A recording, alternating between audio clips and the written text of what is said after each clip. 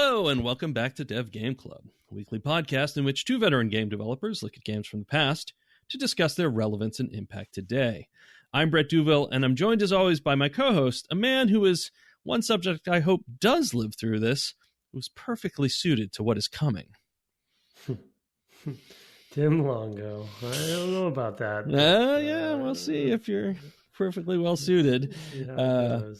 This is both a part two to last week because we didn't get to our takeaways. We spent so much time talking about topics that we didn't get around to our takeaways. We're talking about Halo, of course, the original game, and this week we'll also do a little bonus discussion of the most recent Halo title, which one of us worked on a bit. So it'll certainly be interesting to get your perspective because I'm a person who still hasn't played Skyrim in the wild. So, I'm really, and it's been 10 years. I can hardly imagine you've only been gone about 2 years from that project. So yeah, be interesting talking about that. Because that's something I don't think we've talked about much on the cast. I guess probably when we talked about Republic Commando a little bit, but that was even further. So it would be interesting. But when we probably will have a bonus episode at some point that might involve Skyrim, so we can flip the table on that. I would think, but yeah. Yeah, that's true. Or maybe just keep pushing it out until TES 6 comes out. So around 2028, I'm guessing. Or Starfield, I guess, kind of could fit, right? Starfield being maybe a natural progression. But... Yeah. Anyway, yeah. Yep. Anyway, let's first do our takeaways since we didn't get to them last week. I have a few. I suspect we'll have some overlap. I'm sure I could come up with more, to be honest. And as always, we talk about these things throughout the series, so I'm sure it's gonna, things are gonna be there that we're like, oh yeah, So let's just go ahead and dive into it. What is your first takeaway for Halo Combat Evolved? It's the first one I have listed is the obvious one that we both would have and that everybody has, really, which is cool helmet, right? Cool helmet. Yeah, right. Yeah, the helmet that looks like it's always looked like a motorcycle helmet to me. I know. I went to sketch it the other day, and I was like, doesn't it have this weird, just from memory? And I was just like, doesn't it have this super weird brim that's sort of like a bike helmet? Yeah. I think they actually said that was the case at the time. And if you think about the sort of era when it came out, but the funny thing is that, so you're kind of now sort of stuck with it, right? Even though it's kind of a dated kind of silhouette. But anyway, yeah, it's 30 seconds of fun, sort of that macro category. I extended mine and my list a little bit by saying that 30 seconds of fun and the way that the systems and the AI work with that 30 seconds of fun. So I've kind of bundled it up a little bit. But and we talked about it during the series when it comes to level design, and that largely, I don't think the level design holds up that well overall. There's definitely some memorable moments, especially in some of the bigger areas. But, I think without the 30 seconds of fun, there's some things that would kind of fall a little bit flat. And so I think it just is a testament to that, whether you talk about the Golden Triangle, whether you talk about the way that the consolification of first-person shooting, meaning, aim assist and aim acceleration and dual sticks and all that, sort of all of that feels so good to play and is just, you don't mind that 30 seconds of fun being repeated over and over again because it is so dynamic and so interesting. And the joke was always like, it really was Combat Evolved. It's like, that's a title, and who knows how they came up with that one, but because it's sort of Halo Combat Evolved, this sort of like just word salad, but it was true in this case. So maybe that's how they came up with it. I never heard that story when I was there, but yeah, so that's my first one. Yeah, no, that's a good one. And mine is actually, my first one is really kind of a subset of that. Actually, my first two touch on things you've talked about. But my first one, it's really four. It's controls. The controls are so vital to the 30 seconds of fun. And I'm speaking here of the shooting, not of the warthog. That because everybody knows how I feel about that. But the control, and again, I do believe you can get good at that driving model. Just when I say you, I mean specifically not me. But the controls, you mentioned some of the, the things with the first person shooting and the aim assist and the acceleration, all of those things, and sort of intuiting what the player's trying to do. That's really the acceleration is part of that, the magnetism, etc. It is like, before I played this, I was like, no, like I said, in the show, I was like, come on, mouse and keyboard forever. And I played this and I was like, maybe I'm just a console gamer now. And to some degree it was this game, right? I mean, playing it and being like, oh wow, there's really, because I was a big shooter player at the time, I played, all the, shooters and sort of deeper, simmy games and things like that.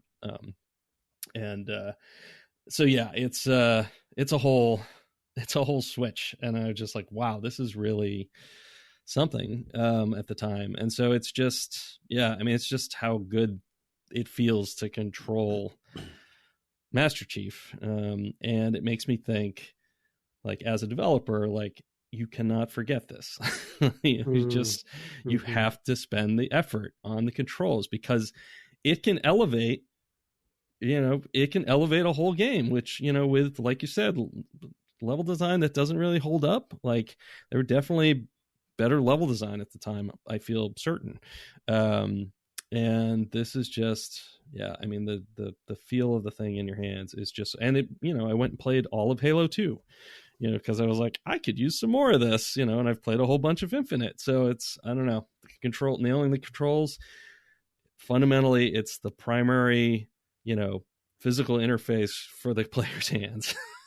Like, it doesn't get kind of more central than that, and getting the information out of the screen. But like, in terms of how you act, it's so critical. So they nailed it. So, like, what about a good doorknob? Is the doorknob a good design or bad design? And everyone uses it, and when it's not good or wrong. Absolutely. Let's hear your second one. This one is pretty specific to me, and it's one I know you probably won't have. I'm 99% sure, but it is, the title for me was World Building and the Main Character. And, regardless of your opinion of it, whether it's your bailiwick or not, or whether it's too much melodrama, too much, space marine, this, that, whatever, there is a lot of, this game sets up a lot of mystery, a lot of questions, a very interesting world. There is some pretty derivative aspects of it, and it is a bit of sort of, let's throw some zombies into a science fiction, into a, blah, blah, blah. But you take something like the Covenant, which I think is a pretty unique take on an alien race, or races, a group of alien races. You just kind of have the religious connotations that they sort of throw in there that gives people sort of like a little bit of something, at least mostly Western folks maybe, a little bit of something to grab onto, the concept of the flood, and you kind of re-characterize that as this zombie horde, and in fact, later on, the Ark shows up, so it's like they keep going, and so it was enough. And I think we know they obviously, like Lucas did not, they didn't know the full plan when they started. And so they added as they went, but regardless of that, they had enough in this particular game that really compelled people, and though he is a man of few words, he is standing the test of time as a mascot, as we talked about, recently with Ratchet and Clank, and just the concept of that for companies, and now is kind of, for the most part, though it's changing, I think, somewhat through acquisitions, that it's Microsoft's mascot, and he is, again, that stoic white dude in an armor, and that is what it is. But you hear his voice, and you hear and you see him, right? And trust me, having been on 5 and Infinite, like how you execute on that is a hot topic, and I think they did a great job in Infinite. So anyway, yeah, it's the world building and the main character. That really is why it's a 20-year-old franchise, for me. One of the big reasons. Oh, for sure. In fact, here's number 3 in my takeaways. I'm a little bit briefer than you. Mine is just the feeling of the epic. It is actually one of the real strong suits, I think, of the game, and only in kind of, like I said, I think a lot of what was going on in the game passed right over my head the first time I played it, because I played it co-op. And probably didn't get a lot of what was going on just because we're probably blazing by that stuff. But I think that their approach to the storytelling and the sort of world building does, as we pointed out a lot, does lend it that mystery and this sense of like something really, really, I mean, it's already starting with something really, really big, right? It's this gigantic ring, orbiting a star somewhere or planet. I don't really know, but it's this, incredible. And like, I read Larry Niven's Ringworld or whatever when I was a kid, a long time ago. It's like, it's a cool, it's a cool science fiction idea that, I hadn't seen realized in a video game. And personally, I feel like there was a Ringworld game, but maybe I'm wrong about that. No, it's probably right. Discworld. It's probably Discworld I'm thinking of. Oh, no, that's what I'm thinking of too. Yeah. But anyway, it does really capture that feel. So it is a thing that I also had on my list, sir. Nice. So I will throw over to you for your third one. Well, the last one is just one word, and that is physics. And it does interact with my first one of 30 Seconds of Fun. And by the way, when it comes to takeaways, obviously I'm a little bit biased because I could have a long list of 100 things probably at this point. But I'm trying to focus on just CE specifically, I guess. And the reason I put physics down is you mentioned the controls feel, and we talked about the 30 Seconds of Fun from a combat perspective. But for me, and actually one of the reasons that I wanted to work on the franchise myself is, there's something about how dynamic the game feels. Largely, it's exemplified by the combat, because that's really the main verbs you have is just combat verbs. So there really isn't much more going on. So that's when physics is shining.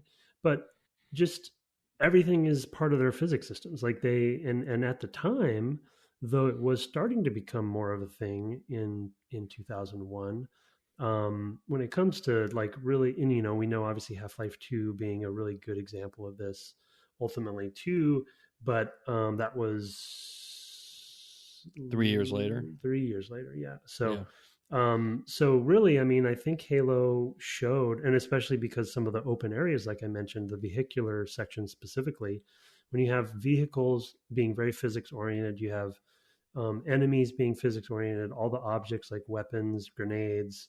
There's a few interactables like some crates and things here and there that they go further with later on. But all of that it makes the world feel a lot more alive. And dynamic. And it's obviously not simple to say, they just turn the physics on, because obviously a lot goes into physics, but that decision to make physics a big part of it. And we talked a little bit about this with their past, right? Because Myth was also this weird RTS that had sort of slopes, and the terrain was three-dimensional and polygonal. And so like things were rolled down the hill, and there were just, they use physics there too. So, Bungie believed in physics, and I think Halo was really the culmination of, I think, a lot of their philosophies there for that. So. Yeah, totally agree. That's a good one. Mine actually ties back. My final one ties back to your level design comments. And I just made it landmarking is important. So much of, we talked about the difference between the vertical and the horizontal, level design, sort of stamping out a thing and just repeating it, and how that, or even just repeating a section, what a big difference it made to have obvious landmarking because it was vertical rather than just sort of repeated horizontal spaces. And that is something that I think really, really stood out to me, that like that's an insight I've really never thought about, is like traversing a space that goes up and down and going up and then coming back down it totally works in a way that walking in through a space horizontally and back out through the same space horizontally just totally doesn't. And I didn't really think about that until we talked about the pyramid kind of off mic, and then mentioned it in the show last week. But it ties into that whole section as you're coming out into the to the outside there, that vertical gameplay really helps with landmarking as well. Like I think they couldn't just stamp out the outdoor environments, right? So they had to actually build them.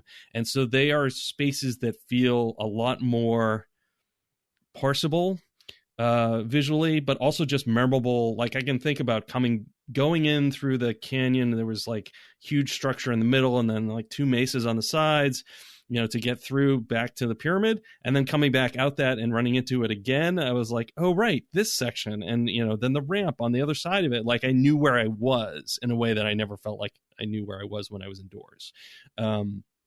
So I think that I actually think you see a lot of that more in Halo 2, like that the level design's a lot better in that respect. And there is better clarity. You do get onto ships and things like that, and there's kind of less of it, but yeah, generally speaking, I think that is something they noticed what was working, in their game when they were just finding ways to make those spaces memorable, even if they didn't have to be vertical. Of course, less repetition also helped. There was less of that in Halo 2 as well. So I think that was a thing that they learned, that they're like, these sections don't work as well, and here's why.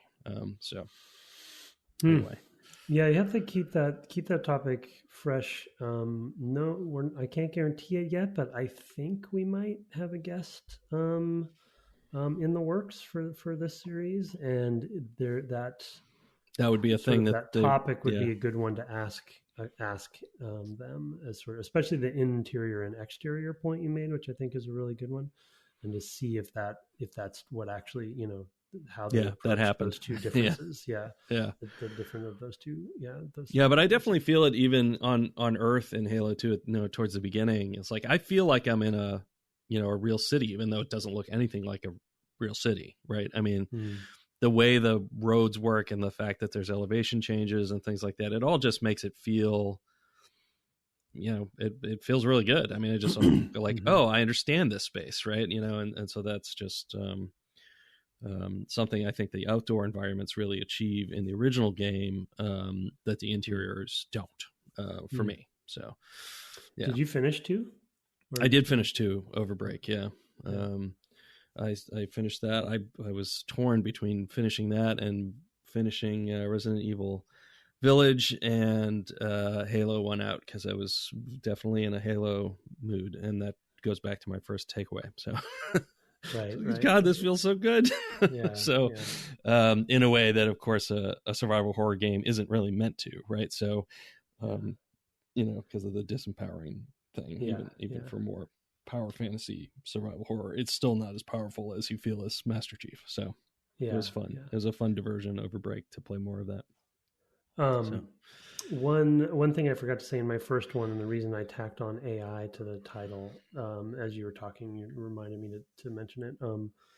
I thought about re-mentioning it. Basically, my point about AI that I tacked on there was to kind of piggyback on the fact that I think that part of the 30 seconds of fun really did come down to the, at least, perception that the AI was pretty advanced, or the interactions between the AI, especially like seeing what elites do versus what grunts do, jackals, and like they all had their own different sort of behaviors and stuff. And so the AI, I think, was also doing some trailblazing, and enemy design itself trailblazing in that regard. So yeah, I totally element that I agree. forgot to mention. It's also something we looked at in designing the enemy AI for Republic Commando, right? A big part of that was, being able to put creatures down anywhere and they do something reasonable was part of that. And then the other part of the AI was the mix and match led to interesting, behavior, right? And so playing the same fight, you could imagine like going into those areas and having different mixes of creatures and having a very different experience. So that's definitely cool. And I think the next one actually even more pays off on that. So have more types for sure, but also just there feels like there's even more getting more out of that, I guess is what I would say. In Halo 2. So another lesson I think they learned is like, oh yeah, we can really amp this up. So and then some of those spaces don't feel as repetitive because they're a little more open, first of all, but also just like the mixes can be very different in a way that this one can't quite be yet. So cool. Well, those are our takeaways. Unless you had any others you wanted to mention. Okay. All right. Well, let's hustle right along so we can get to a bunch of emails and our Halo Infinite talk. First, though, before we talk about Halo Infinite, it is time for Brett's book recommendation. What I know everybody looks forward to. I am going to. Nope, it's a good one. I haven't read it recently enough to recommend it. I could not tell you much about it other than that there was a ring world in it. No, the book. The feeling of the epic. No, I was going to recommend a book by a woman named Linda Nagata. She's, I believe, Hawaiian. And it's the first in a trilogy. I read all three. I remember them being pretty decent. It's military science fiction. The series is called The Red, and I think that's also the name of the first book. It is, I believe it's all set on Earth. So it's not Space Marine specifically, but it does have the sort of military science fiction feel and sort of enhanced soldiers. And I think it's quite good. And it's not the sort of thing I read a lot of. So this one's notable because I was looking over the last few years and I was like, yeah, I don't have a lot of science fiction that fits this, but this one might work. So yeah, that's my recommendation. It's The Red by Linda Nagata. Yeah, it's cool. It's it follows a squad, so you also get that kind of stuff as well, as I recall. It's been a couple of years, but yeah, it's I remember at the time reading it and thinking, I don't know if this is going to be my thing, and read the first one. I was like, I think I'll read the other two. So it was good enough that I read a trilogy. So oh, nice. Enjoy. All right, let's turn to email. These were, of course, sent to devgameclub@gmail.com. Let's try to knock a few out here. I think we each have three. There are more, so we'll get to them as we get to them. But why don't you go ahead and take the first one, sir? Okay, Halo Then and Now from John K. Hello, Brett and Tim. For many of us console gamers, Halo and GoldenEye were an introduction to multiplayer FPS. I still have fond memories of bringing multiple Xboxes over to a friend's house for LAN parties, something PC gamers had been enjoying for years previous. There are some design decisions with Halo that have stuck with me over the years, and my opinions on some have changed while others have been strengthened. First, the movement speed of Master Chief was noticeably slower than other FPSs I played at the time. Initially, I thought this was a negative for the game. The fast pace of the PC FPS I compared it to always had you rushing in and using your twitch skills on mouse and keyboard to get in and out of trouble. I now feel that the pace of movement in Halo gives more time for players to see and assess danger before they have rushed headlong into it and try to have a controller keep up with their reaction speed. This is something that my thumbs, at least, are not built for. The next big design decision that stuck out at me was the openness of level design. Even in the confines of opening levels aboard the ship, the side passageways give the illusion of greater freedom while still funneling you toward the bridge. This shows up again when you first land on Halo. You cross a bridge and head up a slope. At the top, it feels natural to head into first the first side pocket to rescue the troops holed up there. In reality, you should choose to go to any of the three. He says you could choose to go. You could choose, to go. You could choose to go any of the three pockets. First, when you later land on the beach, the camera is waiting. The camera and waiting warthog points you to the right down the beach. But there is nothing keeping you from turning around and heading the opposite direction down the beach. I found that when years later I played Resistance, the fact that I was being ushered down corridors felt very upfront in comparison and made me appreciate the level design of Halo even more. Earlier this year, I started playing through the series with my 11-year-old son with the Master Chief Collection. I've noticed some interesting differences and benefits to switching between the modern and original graphics. First, the pathfinding is much easier with the original graphics. There were numerous times where my son and I got stuck after finishing off all the Covenant and then couldn't tell where to go next. I found that switching to the old graphics often showed that originally there was more contrast between the worn path Bungie wanted you to follow and general ground texture. The modern graphics had better textures and finer gradation between the two, making it harder to find the path to help guide you on. During the ending Warthog escape, my son and I kept failing on the final jump. I switched the old graphics and cut down on visual clutter and to help focus, and discovered two interesting changes. Partway through, you are supposed to pause on a platform for an expected pelican pickup that gets shot down. With modern graphics on, the timer continues to run. Switching to the old graphics, the countdown resets, making the second half of the run less stressful. Also, with the old graphics on, the jump we couldn't make was easily made by both of us in separate Warthogs. This was possibly just luck, but it felt like something changed about the jump that I can't put my finger on.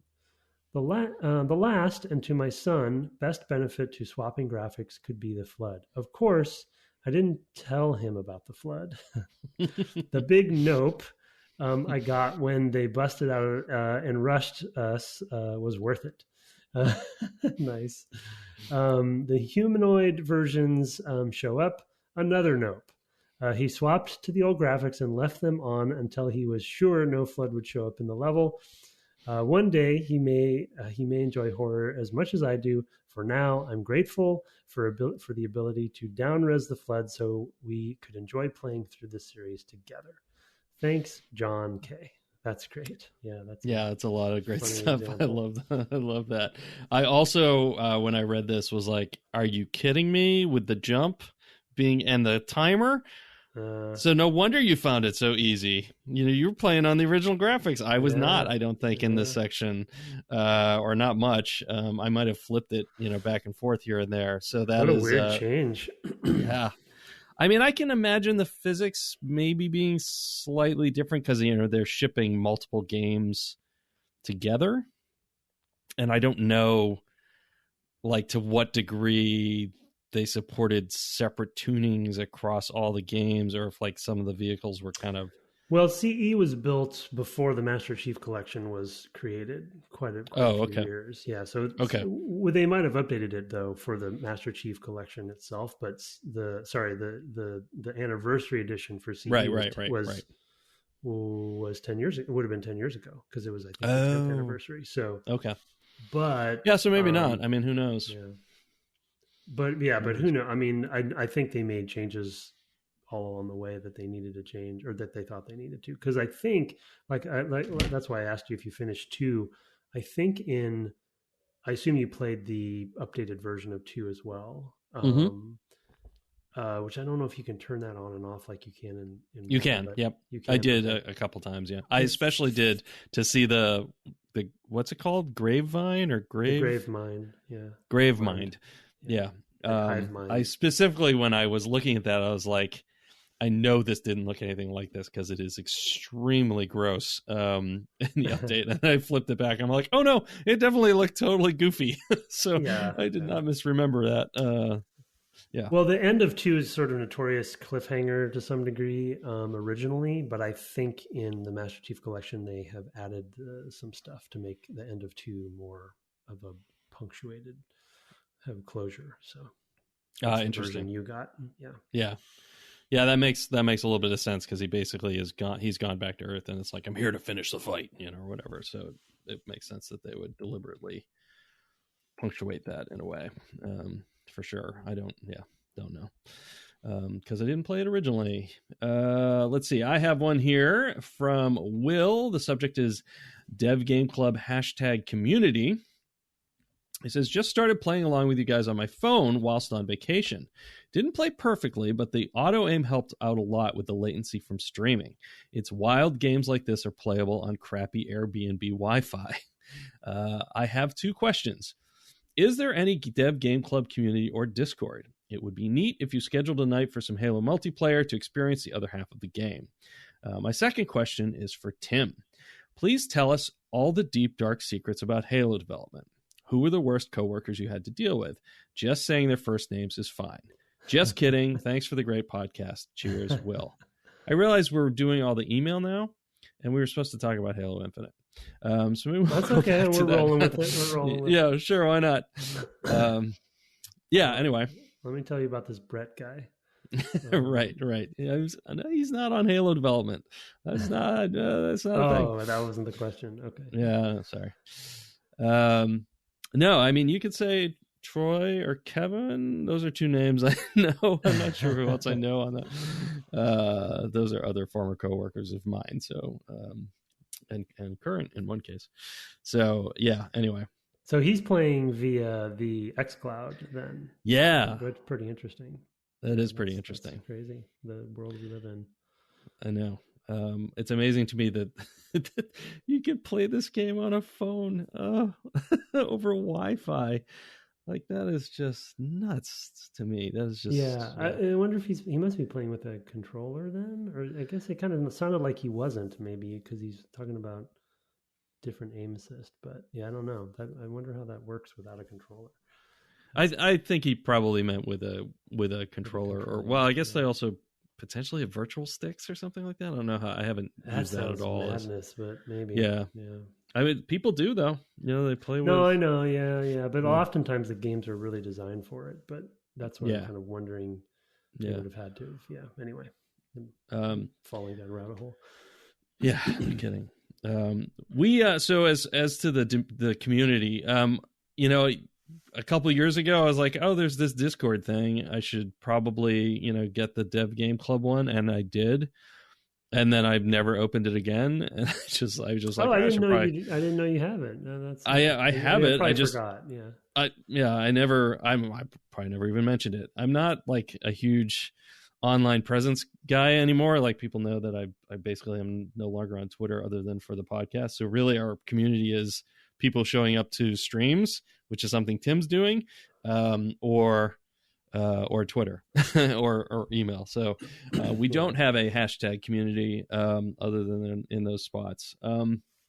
It's mostly I just don't have time to watch after another one. And if you have a community that you're not watching after, then you are not doing your job as far as I'm concerned. So it's not something I really have time for in my life right now. Maybe when I retire, if I'm ever allowed to by my stern taskmaster in the future, we'll see. That never gets old. Nope. Well, I mean, you threw it out there first. I feel like it was fair game. Was it? Okay. Really? Oh, jeez. Just a moment ago, deep dark secrets about Halo development. There's this Brett guy, you went there first. Anyway, I think we should we've been rolling through email, but I feel like we're not going to spend enough time on Halo Infinite, and we can always get back to the emails. So let's go back and forth. Let's just have a mad yo-yoing effect tonight. That was my bad. It was the next thing in my list. Here's my email, so we should do that. Because I didn't specifically write down Infinite topics. But let's finish the email next time. Yeah, I mean, I think we might get to some more of it this time as well. But okay, we'll see. Yeah, we'll just kind of go back and forth. We'll see how much Infinite talk we want to do, and then we'll come back. So sorry for the like all over the place nature of this episode. I blame the producer. Yeah, so let's talk Infinite. I really enjoyed Infinite. I played quite a number of hours, probably around 6 hours, I'm guessing. Which is quite a bit more than we normally play for bonus episodes. Normally it's like, well, I'll try to get in an hour or two of a thing. And I do feel like, I don't know how far you got when you played. I don't know if you got actually down to Halo or if you were kind of doing all the space recovery stuff. I did. I finished a FOB and a Marine group squad and a ransom base. Which is one of the one of the first few bases, banished bases that you can take down, right, with the pylons or whatever, so I didn't get to like really like open world it, like right, but you sampled a few of the different types of things, right. So I will say I find it to be an excellent tank simulator. Because what I did as soon as I had the opportunity, that I think one of those might even be ransom base, but there's a base where you have to blow up some pylons and stuff, and then there's a tank in there. I took the tank out to take out the enemies around there, and then I went and just found any collectibles and things around, and then I was like, I wonder how far you can drive this tank, and it was actually fairly damaged, and I just kept driving it around. At some point, I got far enough away from it that it remembered where it was, but it also healed it. It just repaired. Wow. So, which I don't know if that's intentional or not. I will treat it as intentional, but I suspect that's more of a lost state or something. Like it just got far enough away from me that it was like, well, there's a tank in this, at this location, and when that loaded back in. It was a good tank and not a beat up tank, because it was like, flaming and stuff like that. And I will say I love driving around on that ring with this huge tank, and just a lot of things are a lot easier with a tank, as it turns out. They say, that's that old adage, that old chestnut, brute force. It works. So that's it. We should probably actually, before we even talk about the tank and the ring stuff, I really appreciated the reset on like the importance of this, like how badly everything has gone. Can I ask you, since I haven't played 5, is the beginning of this game directly related to the end of 5? Not direct. It's hard to answer that. It's not directly, but it is related. Yeah, I mean, I guess I'll say time has passed, and so one thing that is done as I started playing, one thing that I need to caveat and has dawned on me for this bonus episode is I am no longer a spokesperson for Halo and Microsoft, and so I do want to be careful. I just mean as a player, is that scene with Atriox and him throwing you out into space? No. Does that happen at the end of 5? That was really my question. I should have been more specific. Okay. It wasn't intentionally. The structure of the story is intentionally a reset. I see. Okay. I guess I'll call it that. That makes sense. I mean, would want to let Paul Crocker he would need to be the one to be here to talk about our final sort of conclusions on how we got there. But we broke the story down intentionally. Okay, that's fine. That's fine. I mean, I was like, wow, that would have been a bold place to end, the prior game on, but there would be some parallels with 2 in a way, right? Or at least the version of 2 that I played, where it's like, it's basically a huge cliffhanger, like, oh, like he's just arrived in a new place, right? So I didn't know if that was how it got there. So thanks for at least clarifying that. I did want to like understand like where that was coming from, because I won't get to 5. Apologies, not for a few years at least. But yeah, I just didn't know to set it. But so basically it sets up the stakes as if Lanny would kill me because I can't remember the name of the location where the big battle of the Borg happens. It's like Wolf 351 or something like that. I can't remember. Oh, geez, but yeah. And don't tell her. She'll be so disappointed in me. Folks should hear our interview with Lanny from last January about Legend of Zelda. God, maybe that was a year ago. Jeez. Yep. And so it sets it up with this, like, oh, humanity's gotten rocked. Humanity has really been worked by the I guess this is the Banished, right? This is some Covenant faction or something, like not presumably Covenant. Well, presumably they've been banished from the Covenant or something. No? Right. Well, they've been banished from lots of things. Yes. Yes. They've been banished. I mean, yeah. That is the most Halo thing. I think they've been banished from lots of things. There were a flood of lots of things. Yeah. It's the concept is that they're sort of, it's a collection of groups of aliens and stuff that have been banished or have chosen to self-proclaim themselves as the Banished. Got it. So these are the people who live off the grid or whatever, mercenary, they're kind of mercenary life, if you will, or something. Gotcha.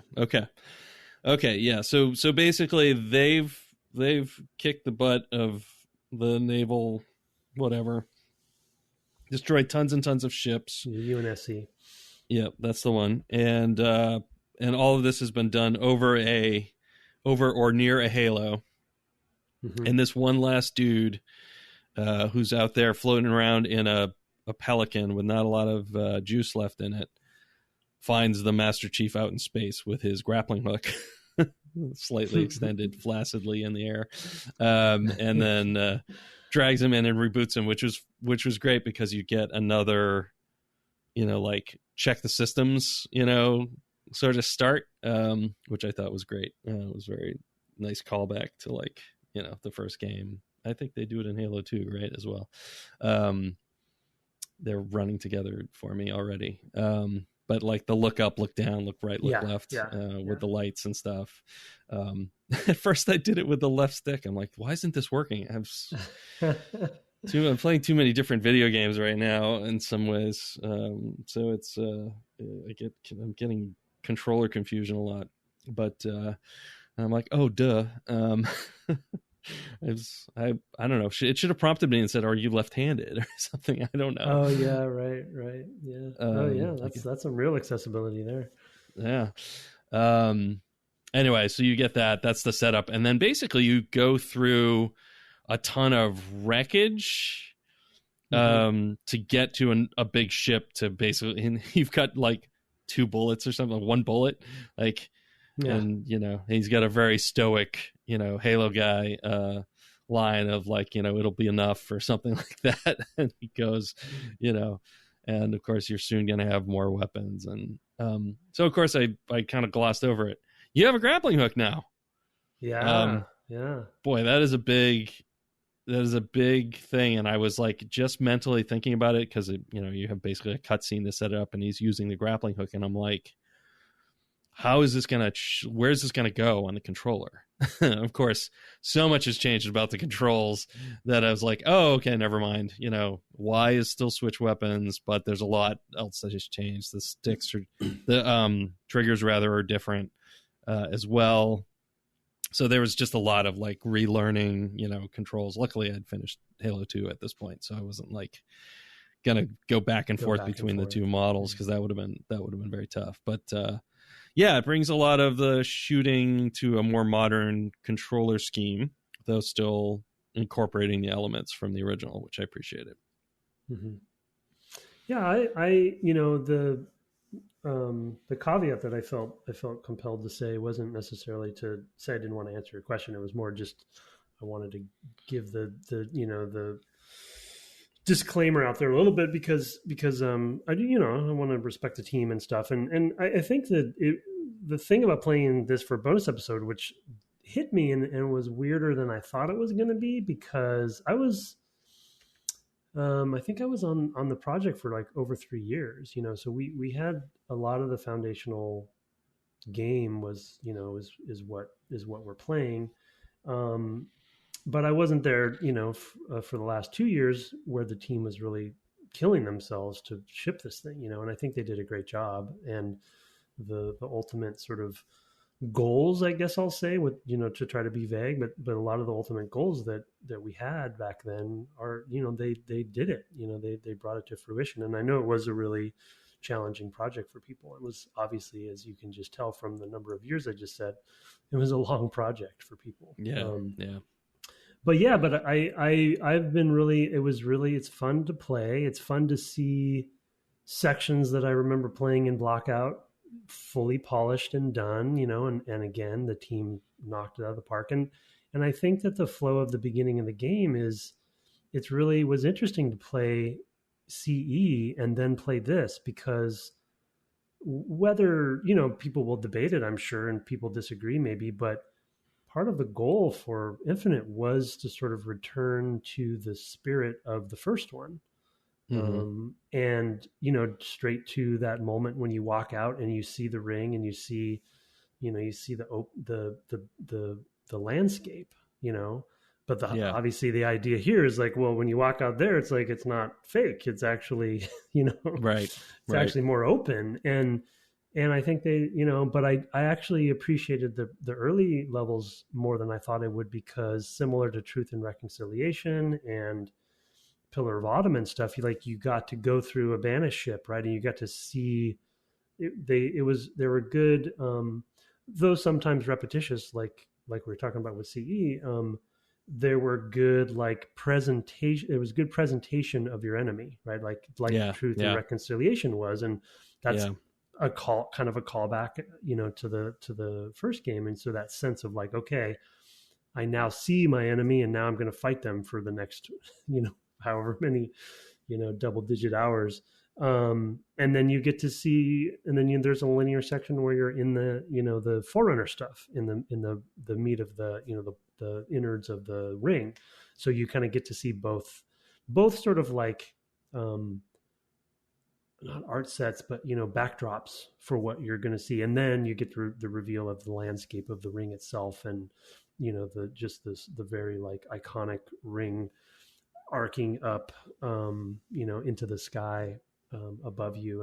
And so I just have, it's nostalgic and weird and impressive and fun to see it. And we were talking to a colleague who worked on the game and who is a big proponent and pusher of the grappling hook. And I was joking with him today of like, yeah, man, I was so glad that the grappling hook made it. And, because it's, you could see that being a pretty challenging thing to implement for a Halo game. Down to the first cinematics, he's using it. And it's like that they're really committing to it, and showing you that it is a new, like, it feels familiar, but it, to me as a player, right? I'm speaking as a player. It feels like a familiar Halo game to me, but it feels modern, and it feels like, oh, yeah, the grappling hook doesn't stand out. It's not that weird, that's a good point. And I think it's from what little I've read, I haven't really been doing too deep a dive, but the grappling hook was pretty well received, and they devoted a main button to it, right? So that's usually the telltale sign, which I say they with we a little bit in there, but that means that they wanted to commit to it, and it's the first thing on the list of upgrades, right? Is the grappling hook mods and stuff. And so you can see that in a way it's like, and this was sort of a debate that we had on 5 as well, where, and I think I'm actually, I said this publicly, that when it came to the Golden Triangle, we were, one of the goals with the Spartan abilities in that game was to actually make it a golden square, meaning that the Spartan abilities, which were more traversal and sort of dodging based and stuff, was part of the core loop. And I think there's a little bit of that so far I can see going on with the grappling hook, that I think it might be another point on some sort of shape where it's like, I'm going to be using it quite a bit, and I'm going to be shooting, I'm going to be throwing a grenade, I'm going to be meleeing, and then I'm going to grapple, and I've seen some videos of people that they don't even use their weapon. They're just grappling stuff and throwing stuff at people, or grappling the person and then meleeing them. It's like, so it's a good sandbox edition so far as I can tell. Yeah, no, absolutely. And I have played a lot more of the open world part. I mean, one of the things that I think they do really well with that opening cinematic is establish the ways in which you're going to be able to use the grappling hook. It's used for traversal and for enemy. Like, he takes out a grunt with it, just like shoots it over and then draws himself to it and like punches the thing, and so it's like, oh man. And then you're like, one of the complaints about cinematics is always like, well, why am I not doing this, right?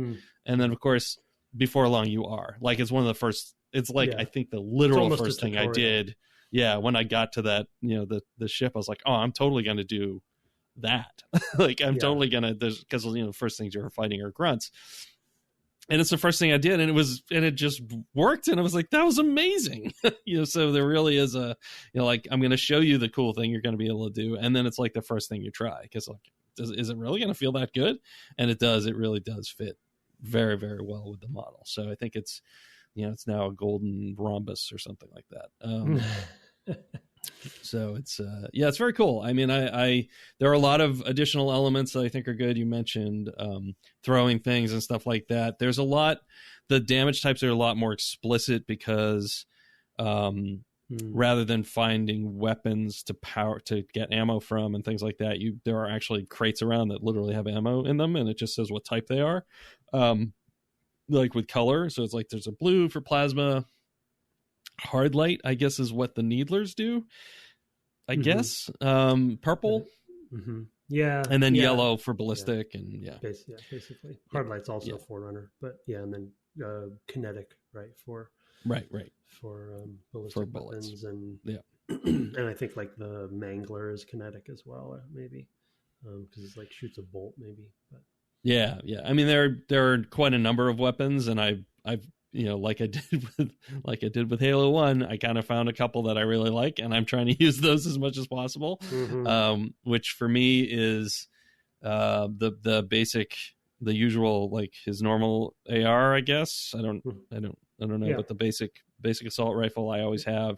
And then he has one that zooms really well, but still has a very like 3-shot, that battle rifle. Yeah. Battle rifle, best weapon in Halo. It's so good.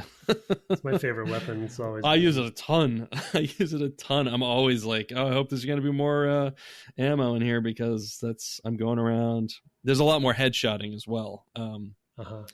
So it's very useful. And some of the banished brutes are helmeted in general, so you need to shoot the helmet off and then shoot them in the head, and it's so satisfying every time. Audio's good, huh? I think. Oh yeah, the audio is excellent. Yeah. Satoru. Sorry, you blanked. Tajima. Yeah. Who he worked on? He worked on Metal Gear. Cool. With Kojima, up to 4, I think. Because he had moved over to 343 and worked on Halo 4. But he worked on Metal Gear 4. I'll send him my RSI builds for that stupid hallway. No, that's probably, I don't know if he supported that or not. But I think that, like, and the reason I bring up audio is you mentioned headshots and just like the confirmation pop sound. Not to be gratuitous, it's not a head popping or anything, but there's a sort of a UI sound that happens when you get that shot, and it's just good, it's good feedback on your successes. For sure. I mean, it's all through the game. There are the crosshair indicators when there are deaths. I mean, I see that a lot when I'm firing the enormous tank gun, which is also great because it also has a eject shell kind of animation. It kicks the shell out the back, which is really nice and explains the timing between it. But I also can tell if I got the guy because it does the same UI indicator. If I get a guy that way as if I do it with a gun. I see there's the sort of, stamp down some somewhat repetitive combat or mission types, I should really say. And then it seems like there's a kind of more of a through line missions as well, like that go to this place, the tower, to kill a boss, and story missions and stuff. Exactly, yeah. And they kind of naturally follow. It's definitely a game I will finish. I don't think it's as long as like like an Assassin's Creed. I don't think the infinite means its length, but it's definitely scratching an itch I didn't know that I had until I played Halo, the first one, and now I'm just like, I would like some more of that, please. And this is a really worthy entry. So yeah, they did a good job. Yeah, good kudos to the team. That was a tough game to finish, because they had well, of course, it was finished over the last 2 years during pandemic, and that's a team that had to switch from being an in-person team to a out-of-house team. And I have to imagine that was even though everybody would have been in the same time zone, for the most part, contractors notwithstanding, they still had to figure out how to finish this game while working under what we've all been working under the last couple of years, which can't have been easy. Like, you go into a production, you set up all these ways that you work, and some of those things are not really written down, but end up being part of the process. Like, sneakernet, which is to say you walk around to somebody else's desk and say, hey, I finished this thing. And I know producers help, organize a lot of that stuff in a modern day AAA production, but it's a lot to go from, hey, we're all here every day for probably longer hours than we should be, to, hey, we're all at home trying to figure out how to do this over the internet. That's a big switch to do for the last 2 years of production, basically a year and a half, say. So kudos to them for getting over that hump as well, because that's I can't really imagine it, to be honest.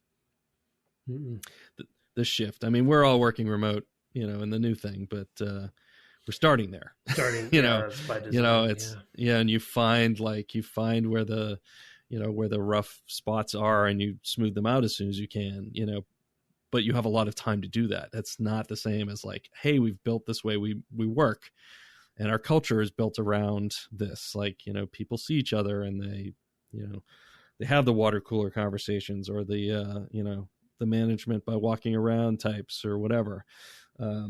That's a big switch. So it's I just wanted to note that, because that's a big step to make. And they really delivered. So I think the game's great. I've seen it on a lot of best of lists, actually, from last year as well. So podcasts I listen to and things like that it's just like, wow, this really delivered. So good on them. Yeah. Good on them, and good on you for your contributions. Well, thank you. I had contributions for sure, and I'm proud of those contributions. But yeah, the team is definitely, they're the heroes here. They're the real Master Chiefs or something. Oh boy, they're the real They're the real Masters Chief. Masters Chiefs. Yes, I think we have time. We can get maybe to 2 more. I know you have one that's pretty short. I have a couple pretty short ones. Yeah. I have one that's a bit longer and a little darker. Maybe I'll hold that one. I do have another one that's not so bad. Yeah, so why don't you go ahead and do yours, and then we'll circle back around to one of mine. Okay. Red versus Blue from Ben Zaug. I was in high school when Halo dropped. I had a PS2 and a friend got an Xbox. We played through it on all 4 difficulties at his house. Wow. It's still a game that I find a ton of fun, and the final level is my favorite. See, Brent? We know there's no accounting Halo, for taste. It's okay, it's Ben. We know that Halo had a huge impact on the trajectory of video games, but I was wondering if you were going to touch on the video game adjacent impact it had, largely due to the online show Red vs. Blue. This might be out of the scope for your podcast, but because Rooster Teeth made a show using the Halo multiplayer mode, the idea of machinima started taking off. Halo 2 added features to make it easier to do this kind of filmography, which has continued to snowball into features that are prevalent in so many games today. Maybe even asking this is spoiling future episodes for me. Have a good one. I better hit send before my anxiety talks me out of it. Happy New Year from Ben from Iowa Zog. Yeah, I had forgotten what a big deal the machinima stuff was coming out of this. And I do remember watching some of them, and, it wasn't really my thing to watch a ton of that stuff, but I did watch a handful, I remember at the time. Maybe the first season of it, I remember, is a thing with seasons, like a real TV show. It's multiple seasons. Big, was it? You can, it's available. It might even be on Netflix. Wow. I feel like it made it to some service I saw the other day or something. That's wild. Yeah, pretty. Yeah, he's got a good point. It is one of the most sort of legendary, no pun intended, machinima shows. You may recall, there's a lot of unsung features sets that Bungie implemented that we of course talked in the series a little bit about, sort of, Xbox Live's creation, right? And how Halo was really kind of the tip of the spear for that, and they used Halo as a big part of that process of iterating on that. Then you have machinima, which he's making a great point on, and he mentioned features that Bungie was putting in. Eventually Forge, which is also, because that's the thing about this franchise, is that there's so many experiences that come with the package, and you got to kind of maintain all of them to some degree. Right. And Forge is shipping late with Halo Infinite, as is co-op, as we know. But Forge, made it easier to do machinima as well, and obviously make their own content. There's modes that ship now in multiplayer in the actual game playlists that were created in Forge and became so popular as a mode that some user made that it just became a regular mode in the game that now the developers make. So they really were always promoting community outreach and ways to empower the community to do stuff. And then the other one that people don't often mention is the match recording. They had, you might know more about it, but they had a whole technology that allowed you to record a match, but it was in engine. It wasn't a video output. It was a recording of the game, and you could basically replay it, scrub through it, edit it. And that's what they're talking about with the machinima. And it allowed you to sort of like go into a multiplayer match, record it, output it into this wacky format that only this engine could do, in not a video format. So it was super small file, I think. And then that's how they would make some of this machinima stuff. And so that's another unsung. It's basically, it's event based, right? So it's basically, it takes all the network packets that are coming in from the clients and just puts those into, I'm sure some of it gets compressed because, player update, location updates are probably the bulk of that, but that can be compressed down pretty well. So basically you're just taking all of these inputs of like people doing stuff, because all that stuff has to happen on the server and get resolved there. And because you can do that, you can just like, as you fill your network buffer, you can just be constantly throwing that out to disk or whatever. So that's, I'm sure, how that was done. I feel like I read a paper about that at one point, maybe in Game Developer or something like that kind of talked about that.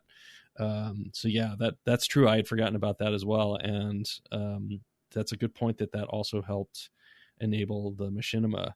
These days, the most common thing I think that's similar is just the pure photo modes of like turn off all the UI, fiddle with the lighting, maybe do stuff with the characters, some things like let you set, like the face or pose of a character when you're in that. And it's sort of a way to customize and share your experience. I think that even in single player games, which is where you see a lot of these, that I think owes a lot to this, as Ben was pointing out, like that there are some modern features that kind of date back to this game or this series, or inspired by it in that sense. Yeah. So yeah, good point, Ben. I hadn't thought about red versus blue in ages, and now I'm like, man, I do remember laughing quite a lot at the first handful of those that I watched, because I mean, it wasn't even a game I played multiplayer. It just was really funny. It was such a weird existential thing, like where these guys who just kind of respawn infinitely, and I do remember them. YouTube hadn't even really been going. No, YouTube's not until 2008. Like, it's years. Yeah, there is no YouTube for years after this. I think 2008 was it 2008. Really? I believe so. Yeah. No, geez, yeah. So I mean, there wasn't even that format, and so yeah, I mean, I just think now about how much content is done like that. No, it wasn't 2000. It was 2005. My mistake. Well, still, that's 4 years later. Not 2008, but 2005. Me at the zoo. I actually switched up the order here so I could read something that's that touches on that, and we'll probably end here because it asks a question. The subject is shipping a complete package today versus 20 years ago, and the complete package in quote unquote. From Luke S. Howdy, short-time listener, first-time writer. The Halo series seems rare to me in that each game ships with the quote-unquote complete package, my own term, of gameplay types. Single player, co-op multiplayer, and competitive multiplayer, each of which is just as fun, impressive, and important to the series as the other. Some games may ship with all three, but are only popular for one or two of the three types of gameplay. It seems today that games no longer even try to ship with all three, instead focusing on one type of gameplay, then may release an additional mode allowing multiplayer co-op later. He mentions Red Dead and GTA Online, for example, also Ghost of Tsushima. This tradition for Halo seems like a huge burden on 343 today. For example, nobody cares that The Last of Us 2 multiplayer, which was announced before the game released, still isn't out. Yet Halo Infinite won't have co-op until March, and the community, including myself, Luke S. in this case, is super bummed about it despite the game being amazing. At the same time, the greatness of all three types of gameplay is what got the series where it is today. I'd love to hear y'all's perspective on two things. First, the burden of expectations when developing new entries in a classic game series. I'm especially interested in hearing from Tim, considering that he shipped Halo 5 without split screen even under such a burden, but I'm sure that Skyrim had a similar burden. Second, is it harder to ship a game with multiple gameplay types that are still great today than it was 20 years ago? Thanks for making the show, Luke S. You're welcome, and thanks. Welcome, short-time listener, and thanks for your email.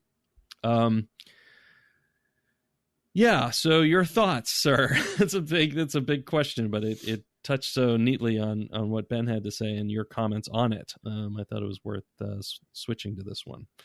Yeah. I mean,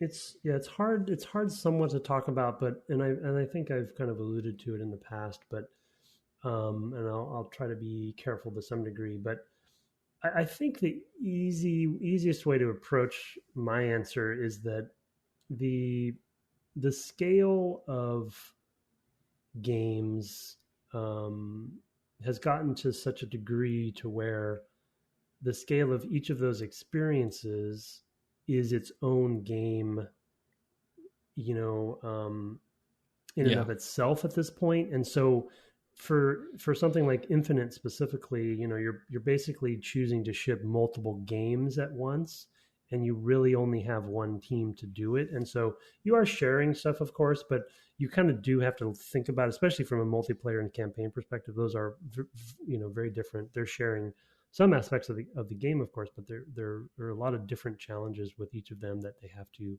accommodate. And so adding in a whole nother, Forge is an experience, which is a whole nother almost product. And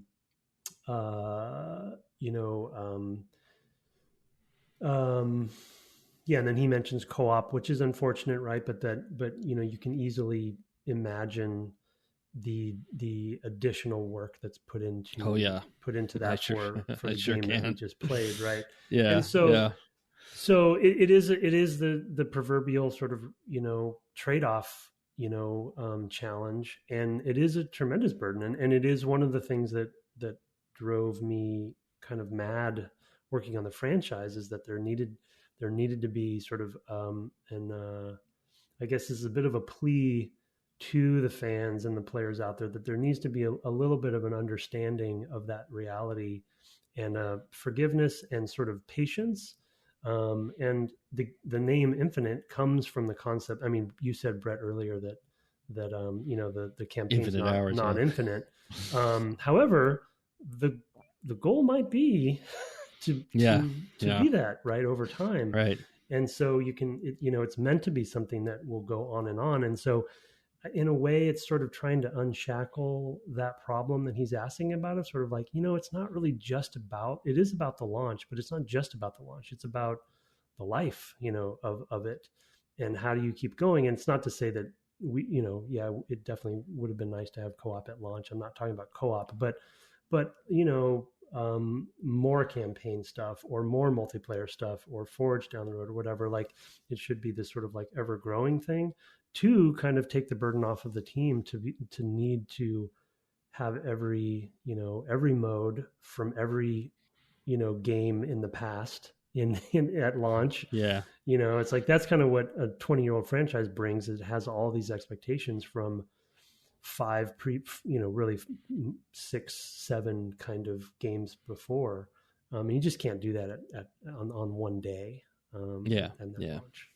Yeah, and honestly, there's a lot of ways to respond to this. One is, I want to point out that, like, Activision, with Call of Duty, like, multiple studios, it's literally different products, like totally different products being, and yes, some art assets are shared and things like that, but they are different products made by different teams, primarily different engineering teams and design teams, because the art is probably the most shareable thing, and takes a lot of time, so it's good that it can be shared. So there's that, like, multiple studios, and that's true of Ubisoft titles as well. I mean, and multiple studios work on Assassin's Creed games, for example. So there's that's been going. That's kind of across the industry. And 343 is not a huge team in that sense, and it is still one team doing that. So that's kind of still impressive that they're able to kind of even have them come out close together like they will. What was the other point I was going to say? Oh, sometimes there's, the Skyrim, had a similar burden. I don't think it's quite to that degree, but it's more that there's this expectation that all these things are simulated in a Skyrim game. So, while you had werewolves before, where are our werewolves? You had horses, totally. Had, so it's more like, well, if the next game doesn't have dragons, like, right. Sure. Yeah. Like, who knows? I don't really, we don't know, but I'm saying you can see somebody saying, right. like, well, why aren't the dragons here? I love those things. Yeah, that was great. Yeah, exactly.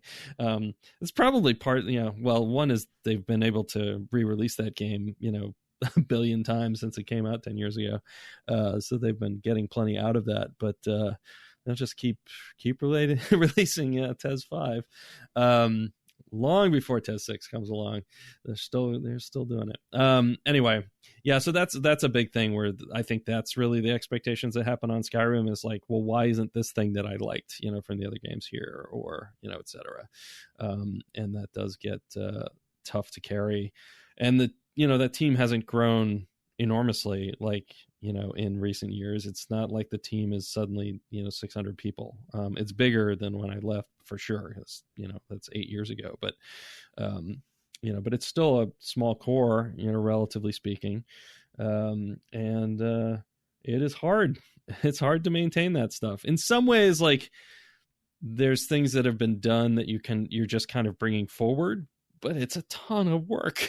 It's a ton of work just to bring things forward, And I think about, like, incorporating something like the grappling hook. Like, that's a huge change. It's like, well, how does that work with co-op? I think that's a thing that, armchair game designers, which is to say players, because we're all designers to some degree, right? Is they don't understand, like, what constraints you may have on that thing. Like, what does that do to your environment and how you think about a space, and how do you manage a challenge, when you've got 2 players in there who can be grappled, all over the place. And it's just, yeah, it's a lot to think about. For me, I'm just, my mind's kind of boggled. I'm like, ugh. thank goodness I'm not doing that. So anyway, yeah, good question, Luke. Luke S. I'm glad that I picked up on what Tim was putting down there and could do that. Well, we only have 5 minutes now before you stream, so we should probably shift over. And we'll get to more stuff in the coming weeks. We still have a bunch of emails. So thanks for those. They were shot to devgameclub@gmail.com. And, of course, we love reviews. Haven't had one in a little while yet. So if for example, like Luke S., you're a new listener, it might be a great time to go drop us a new review. Make it your New Year's resolution. Or not. Maybe just tell a friend. I don't know. You can find us on the web at devgameclub.com, on Twitter at devgameclub, where you can find my co-host at Tim Longo Jr. with the JR at the end. As I mentioned, he's streaming at twitch.tv/Tim Longo Jr. as well, where he is finding the limits of what his underwear can carry by playing Resident Evil 7. Wow. Yeah, pretty much. That game is terrifying still and keeps sort of getting worse. I don't know how. I'm at a loss at sort of how long it is. I'm on my way to, I think, meet the sun. And I've dealt with a couple monsters along the way there that he's thrown at me, or one maybe. And there's a puzzle room that I'm about to do, I think. Yep. So I think that's right. I mean, it's like they've been influenced by so many obvious things in a good way. Like there's Saws in there, and PT, and Paranormal Activity, and right. Silent. It's like PT and Silent Hill, the same thing. But anyway. You know what I'm saying? And so they've done a good job at mashing all that stuff together and then doing a refresh still. I'm still very impressed by the game, but it's one of those games I don't know if I look forward to playing. but I kind of, as a game developer, love playing it just to see how they do it. Yeah, I agree. Yeah, and I've been playing some 8, and so it's or Village, I should say. And I just finished the first section past the village, and it was really good. I really, really, really liked it. So I hope the rest of it lives up. So yeah, I'm not streaming. I just mentioned that, to be on the same page with you. I'm commiserating. Our intro and outro music was written and performed by Kirk Hamilton, commissioned by friend of the cast Aaron Evers, and our logo is, of course, by Mark Garcia. Have fun grapple hooking your enemies this week, and good night. Good night.